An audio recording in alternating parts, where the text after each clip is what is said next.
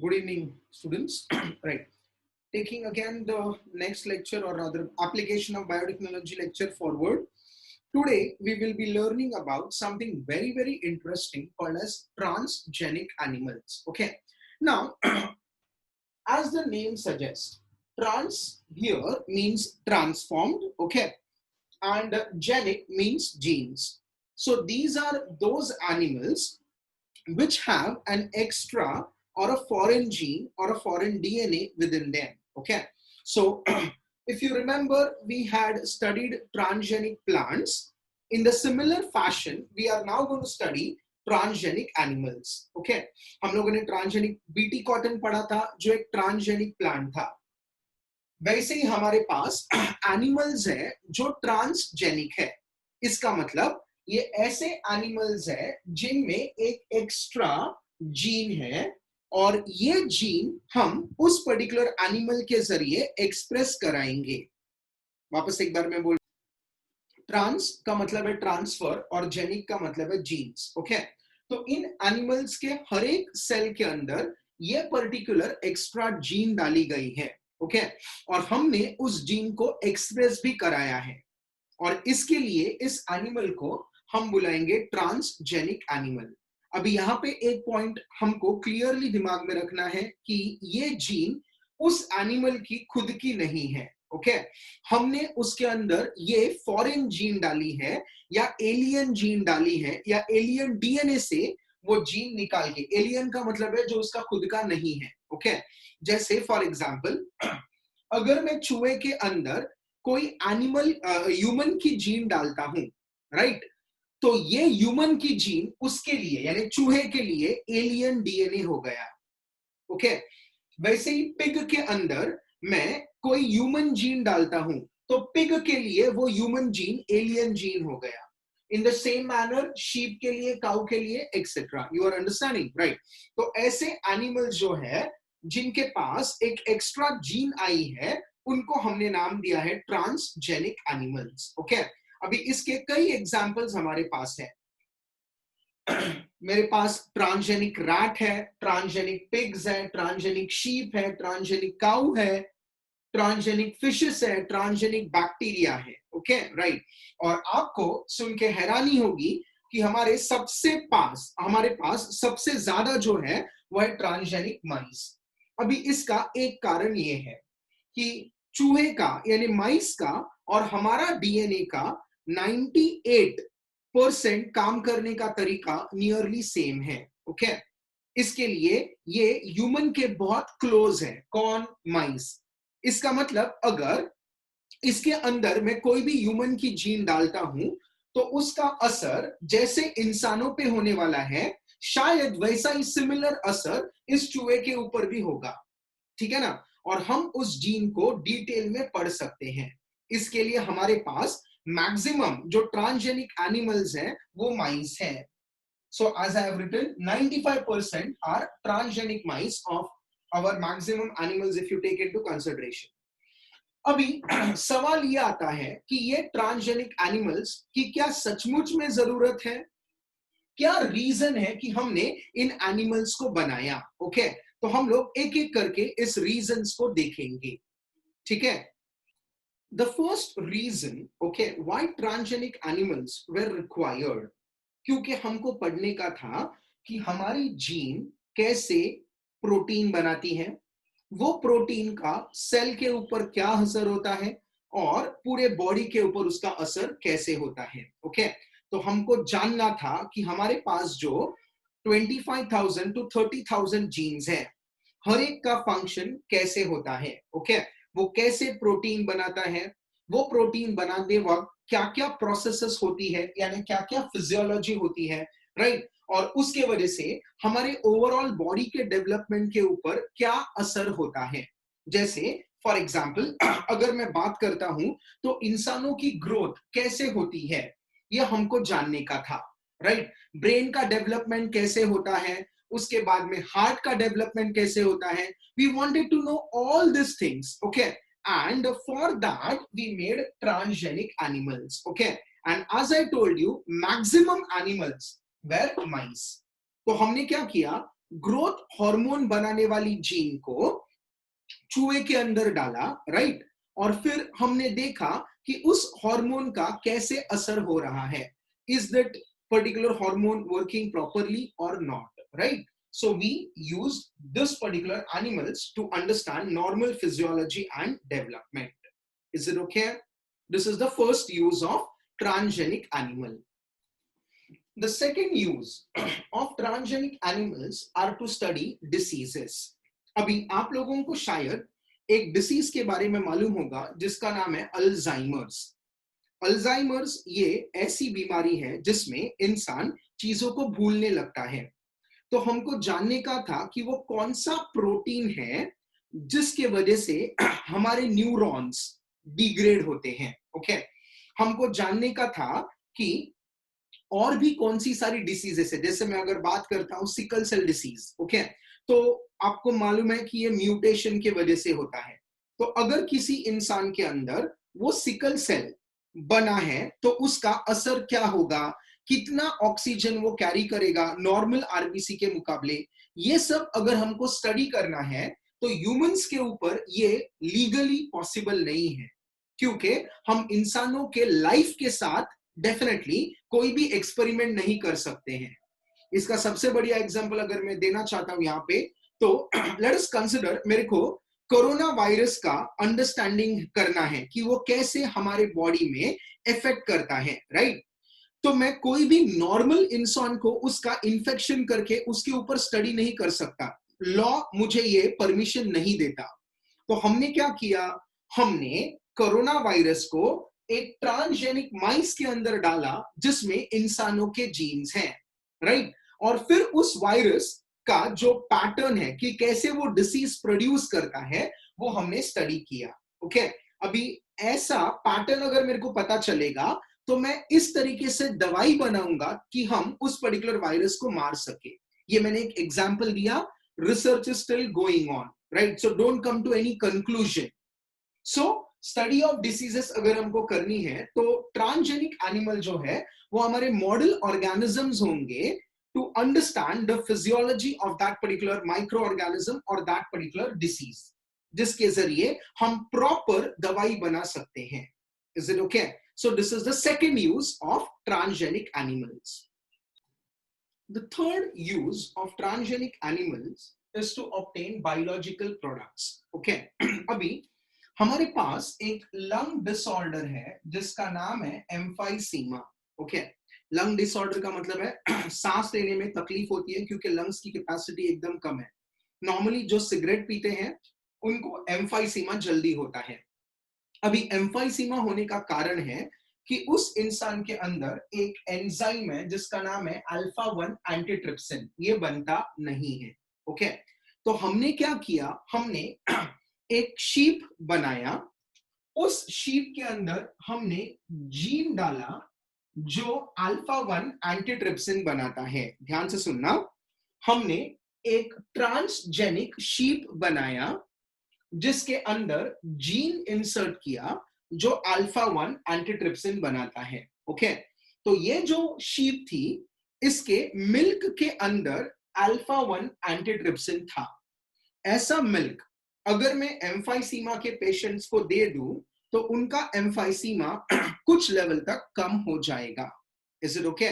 और ये जो ट्रांसजेनिक शीप थी उसका नाम था ट्रेसी, राइट.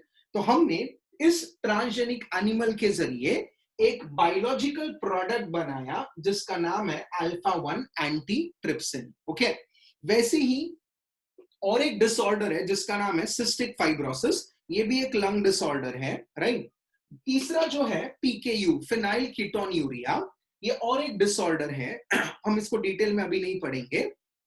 तो ये जो डिसीजेस है ये भी एंजाइम के डेफिशिएंसी की वजह से होती है. तो हमने ट्रांसजेनिक एनिमल के अंदर वो जीन डाली है ताकि वो पर्टिकुलर एंजाइम उनके मिल्क या जो भी उनका प्रोडक्ट है उसके अंदर हो. और ऐसा प्रोडक्ट अगर हमने पेशेंट्स को दिया तो वो पेशेंट्स उस पर्टिकुलर बीमारी से छुटकारा पा सकते हैं. Okay, so we are using transgenic animals to obtain multiple biological products. Now, in 1997 हमने जेनेटिक इंजीनियरिंग करके, या मैं ऐसे बोलूंगा, एक ट्रांसजेनिक काउ बनाया। उस काउ का नाम था रोजी। अब ये जो रोजी है उसका मिल्क नॉर्मल काउ मिल्क से अलग था। कैसे, सुनिए। रोजी के मिल्क के अंदर एक ह्यूमन ग्रोथ प्रोटीन था। उस प्रोटीन का नाम था अल्फा लैक्ट एल्ब्यूमिन, जो मदर्स मिल्क होता है। ओके, उस मदर मिल्क के अंदर ये बहुत ज्यादा होता है। ये इंसानों के ग्रोथ के लिए बहुत अहम है। तो हमने क्या किया, अल्फा लैक्ट एल्ब्यूमिन बनाने वाला जीन रोजी के अंदर इंसर्ट किया, तो उसके मिल्क के अंदर ये पर्टिकुलर केमिकल आ गया। और ऐसा मिल्क अगर हम ह्यूमन बेबीज को पिलाएंगे तो नॉर्मल काउ मिल्क से ये ज्यादा न्यूट्रिशियस है। रादर अगर हम देखेंगे तो 1 लीटर मिल्क के अंदर 2.4 ग्राम अल्फा लैक्ट एल्ब्यूमिन पाया जाता है। किसके, रोजी के। नॉर्मल काउ के मिल्क के अंदर ये होता नहीं है। Is it okay? Very clear. Normal cow का milk is nutritious, of course, no doubt about it. Okay, but it does not have this human growth particular, I can say, protein, right? Okay, तो ये हमने transgenic animal के जरिए बनाया। very clear? Right, so this was the third use of transgenic animal. The fourth use of transgenic animals is nothing but vaccine safety. अभी please understand this. कोई भी vaccine जो है वो एक एंटीजेनिक प्रिपरेशन होता है। एंटीजेनिक प्रिपरेशन का मतलब है उसके अंदर एक इनएक्टिवेटेड माइक्रो ऑर्गेनिज्म होता है। ओके, जैसे अगर मैं पोलियो की वैक्सीन की बात करता हूं तो उस वैक्सीन के अंदर एक इनएक्टिवेटेड पोलियो वायरस होगा, जिसको हम लोग इनएक्टिवेटेड वायरस भी बोल सकते हैं। Right, okay, right. या इसको और एक नाम देते हैं हम लोग बायोलॉजी में, toxoid. Toxoid is nothing but it is inactivated virus. तो कोई भी वैक्सीन के अंदर ये टॉक्सॉइड होते हैं। ओके, अभी क्या होता है ना, ये टॉक्सॉइड हम ऐसा मान के चलते कि वो इनएक्टिवेटेड है, बट किस कारण, कोई कारण की वजह से शायद वो एक्टिवेट अगर हो गए तो वो वैक्सीन उस पर्टिकुलर इंसान के लिए हानिकारक होगा। तो जो वैक्सीन हम बनाते हैं क्या वो सेफ है या अनसेफ है, इसका टेस्टिंग हम इंसानों के ऊपर लीगली नहीं कर सकते। ओके, इसके लिए हमने पहले मंकीज का इस्तेमाल चालू किया। I hope you are understanding. But again due to legal issues monkeys का जो टेस्टिंग था वो रोक दिया गया है, क्योंकि वो इनह्यूमन एक्टिविटी कहलाता है। ओके, तो अभी करे तो क्या करे, तो हमने क्या किया, हमने ट्रांसजेनिक माइस बनाया। उस ट्रांसजेनिक माइस के अंदर हमने इंसानों के जीन्स डाले और उसके अंदर हमने वैक्सीन इंजेक्ट किया और उस वैक्सीन का असर हमने देखा। इज इट ओके कि क्या वो वैक्सीन उस पर्टिकुलर चूहे के लिए सेफ है या नहीं है। अगर वो चूहे के लिए सेफ है तो डेफिनेटली वो इंसानों के लिए भी सेफ होगा। और एक बात प्लीज किड्स याद रखना, कोई भी वैक्सीन रातों रात नहीं बनता है। जैसे अभी आप लोगों ने सुना है कि कोरोना का वैक्सीन आने वाला है। प्लीज अंडरस्टैंड दैट कोई भी वैक्सीन ह्यूमन यूज के लिए सेफ है जब भी उसके 100% क्लिनिकल ट्रायल्स हुए हैं। ओके, कोरोना के वैक्सीन के इतने ट्रायल्स अभी तक हुए नहीं हैं। वो ट्रायल्स होने के बाद, राइट, उसका बहुत बड़े पैमाने पे मैन्युफैक्चरिंग होता है। तो ये सब चीजों के लिए एटलीस्ट मिनिमम, ओके राइट, 1.5 से 2 साल निकल जाता है। Is it okay? और कोरोना को आए हुए अभी तक अराउंड 6 महीने हुए हैं। सो और अगले 1.5 साल तक इसका वैक्सीन आना थोड़ा सा मुझे लगता है मुश्किल है, unless and until they are having a very different technology, right? Otherwise it is very difficult to get a vaccine overnight. ये possible नहीं है। ओके, तो कोई भी वैक्सीन सेफ है या अनसेफ है वो उसका ट्रायल्स होता है ट्रांसजेनिक माइस पे। स्पेशली पोलियो वैक्सीन जो हमने बनाया, राइट, तो उसका क्लिनिकल ट्रायल्स हुआ and then now it is available for all the kids, right. जो हम लोग बोलते हैं ना 2 बूंद जिंदगी की, तो वो पोलियो वैक्सीन है और उसके अंदर इनएक्टिवेटेड वायरसेस है, हम उसको बोलते हैं toxoids, which are no more toxic, but that we came to know only when we did trials on transgenic animals, especially transgenic mice. Is it okay, kids? Right. So this was the fourth use of transgenic animal. Okay. The fifth use of transgenic animals is on the similar lines of vaccine safety testing. Okay, right. अभी कोई भी दवाई, जैसे for example मैं अगर insulin की बात करता हूं, ओके, तो वो इंसुलिन अगर कोई ट्रांसजेनिक बैक्टीरिया ने बनाया है, तो क्या वो 100% ह्यूमन के लिए सेफ है या नहीं है, उसका टेस्टिंग वापस हम लोग करते हैं on transgenic animals. Okay, so chemical testing जो है, right, that is also done on transgenic animals. Okay, because they are very very sensitive to the change in their gene. Got it, kids? Right. तो ये 5 uses हैं हमारे transgenic animal के. सबसे पहले हम लोगों ने अगर फिजियोलॉजी को स्टडी करना है तो you can have transgenic animals, right. दूसरा, if I want to obtain biological products, yes, you can use transgenic animals. The third is study of diseases, you can use transgenic animals. Then fourth, okay, vaccine safety, you can use transgenic animals. And most important, chemical safety testing can also be done on transgenic animals. Okay. Now, kids, when you were studying, or rather when we were studying, to be very frank, okay, about transgenic animals, तो एक सवाल हमारे definitely दिमाग में ये आता है कि क्या वो जेनेटिक मॉडिफिकेशन कोई भी एनिमल का जस्टिफाइड है या नहीं है. ओके, तो बहुत सारे लोग ऐसा मानते हैं कि हम इन एनिमल्स के ऊपर अत्याचार कर रहे हैं क्योंकि हम उनके अंदर ऐसे जीन्स डाल रहे हैं जो उनको एक्चुअली बिलोंग नहीं करते. तो हम इनह्यूमन एक्टिविटीज कर रहे हैं. और इसी के लिए as a student of biology it is very important for us to know something called as ethical issues. Ethical का मतलब होता है, एथिक्स का बेसिकली मतलब होता है set of values and principles. Okay, right.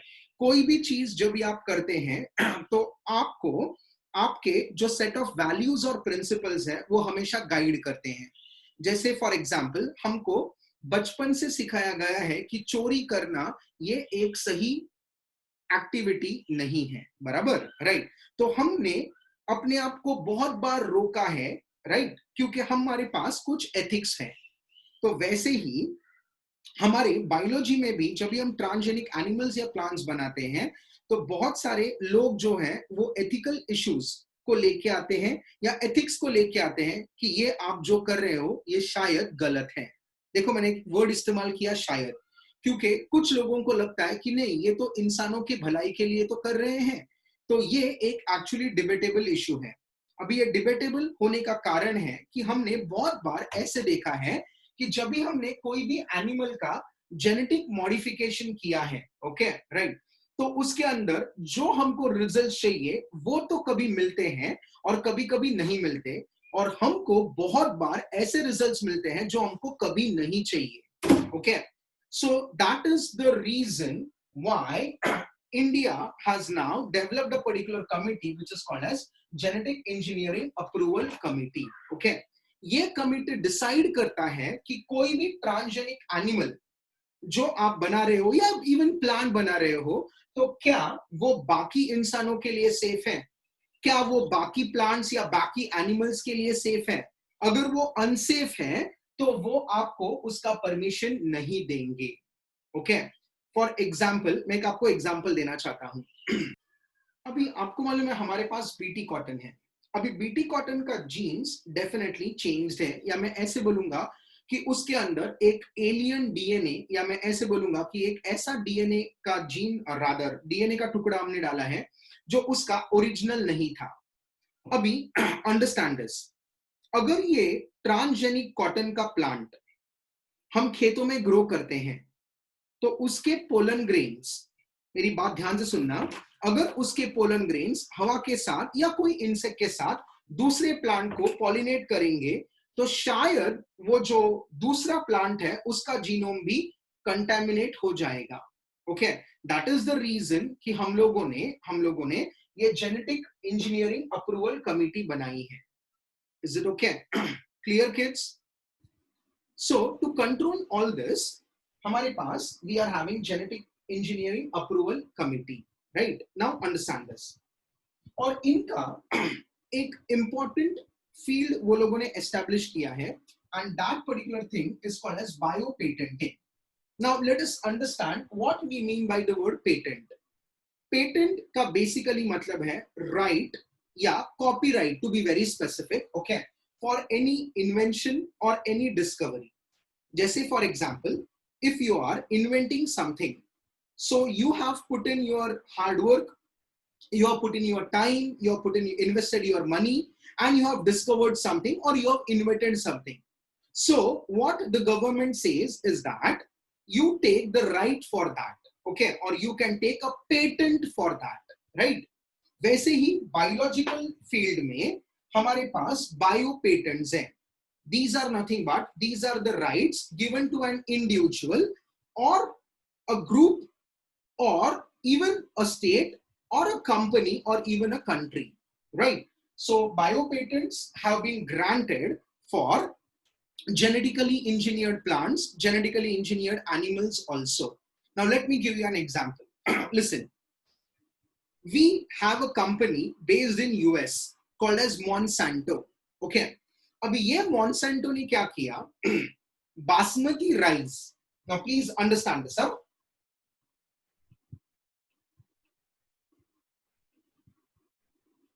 Basmati rice का जीन निकाला और उसको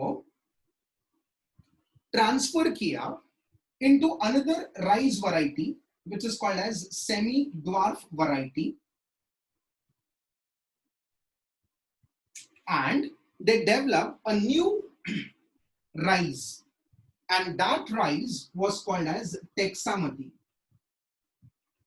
Now Texamati is a hybrid, as I told you, of basmati rice and a semi-dwarf normal variety of rice. And the company, that is Monsanto, okay, took patent for this. Now why they call it as Texamati? Because Monsanto का जो headquarters है वो Texas करके एक जगह है America में, इसके लिए उन्होंने इस पर्टिकुलर चावल का नाम रखा टेक्सामती. तो ये जो बासमती राइस है इसका patent is with that Monsanto company. Got it? Right. So now अभी तुम पूछेगा सर इसका फायदा उसको कैसे होगा? Now understand this. If I am also cultivating basmati rice and even Monsanto is also cultivating basmati rice, right? Now the patent for basmati rice is with Monsanto. They will say that ki Sudeep, you cannot sell this particular rice because we have invented a new variety of rice which is similar to ours. So you are actually copying us, or you are using our discovery for your own benefit, which is not as per law. So what, as an individual, what I have to do? I have to give some money to this particular company so that even I can sell that particular rice. Okay. So every other invention or discovery is protected by patent. In biological field, we call it as biopatent. I will give you one more example. Now we all know that bulb or any light emitting device was invented by Thomas Edison, right? अभी उनकी एक company है general electric. ये general electric के पास कोई भी light emitting device का patent है. तो अगर मैं ट्यूबलाइट या एलईडी बल्ब बनाना चाहता हूं तो मैं बना तो सकता हूं, but I have to pay some amount of money to that General Electric, which was owned by Thomas Edison, okay, because he took patent of any device which is going to emit light. Is it okay? So in the same manner, biopatent works. Now listen, when we talk about India, okay, India में जो हिमालय है उसके foot hills में normally basmati rice cultivate होता है. तो अगर मैं बात करता हूं तो ये जो बासमती राइस है, this is indigenous to India, या मैं ऐसे बोलूंगा कि ये जो चावल है ये एक्चुअली इंडिया को बिलोंग करता है। मॉन्सेंटो ने हमारा फायदा उठाया, हमसे ये पर्टिकुलर जीन चोरी किया और उन्होंने उसका इस्तेमाल किया और एक नया खुद का राइस का वैरायटी बनाया। अब ये जो इन्होंने किया इसको हम लोग बोलते हैं bio piracy. In other words, piracy का मतलब है चोरी करना या कॉपी करना या दूसरे के इन्वेंशन को बिना उसके परमिशन के यूज करना। Like that the same company Monsanto has taken a patent of turmeric, haldi. Now we all know that turmeric is antibacterial, right? हम लोग हल्दी वाला दूध पीते हैं ताकि राइट हमारे पास इम्यूनिटी बढ़े। उन्होंने क्या किया, उन्होंने हल्दी का एंटीबैक्टीरियल जो आई कैन से कैरेक्टर है उसका पेटेंट ले लिया था। Okay, so they said that if you are using haldi as antibacterial, you have to pay some amount of money to our company because we have discovered the antibacterial nature of turmeric. Now, don't you think that it is very, very wrong? So what actually they did is biopiracy. Next, the same company also did a piracy of antifungal property of neem. अभी आप लोग जरा मेरे को बताइए, don't you think that we are using neem for hundreds of years as anti fungal as well as anti bacterial? Okay, यानी हमारे great grandfathers या हमारे जो फोर फादर्स थे ये लोग भी तो नीम का इस्तेमाल करते थे as anti fungal, right? But Monsanto says that they have discovered the antifungal property of neem and therefore they also took a patent for this particular antifungal property of neem. So can I now say that again what they did is act of biopiracy? Is it okay? तो ऐसे बहुत सारे products हैं biological field में जो अलग अलग companies exploit करती हैं। Okay, and the best example which is now world I can say like world renowned is Texamati. It is I can say a common example always given, right, of biopiracy.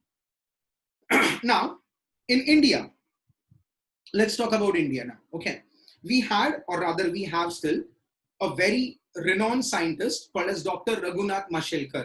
Okay, this particular person fought in international court and he proved that basmati rice belongs to India. To be very frank, okay, we are having 27 documented varieties of basmati rice. I repeat, 27 documented varieties of basmati rice. Okay, and on the world map, India is the largest producer of different varieties of rice. So he proved that, okay, and we have now got the patent back for basmati rice. We have also got back the patent for haldi. We have also got back the patent for neem. This is because of one person and of course many other associated with him, right? Because he thought that कि ये जो America जैसी countries है जो काफी well developed है या industrialise countries है, ये हमारे अंडर डेवलप्ड नेशंस को एक्सप्लॉइट करती है। एक्सप्लॉइट का मतलब है taking undue advantage. Okay, so they are exploiting our nation and that is the reason now the government of India has come out with a new bill. Bill का मतलब है एक लॉ जो हमारे बहुत सारे इंडिजीनियस प्रोडक्ट्स को safeguard करता है। अगर कोई भी कंट्री हमारे यहां से कोई भी country, right, okay, let it be China, America, whoever, right, okay, if they want to take any kind of genetic material outside the country, they need an approval of GEAC. Okay, उसके बिना वो लोग उसको exploit नहीं कर सकते, right? It was our, I can say, now the government is very very strong and it is definitely protecting the rights of our countrymen. Is it okay? So I hope ethical issues wala part is also clear. Getting it? With this, the chapter is over. I want all the students to please go through the NCERT book and be ready when we will be having a doubt solving session. Okay, bye kids, take care.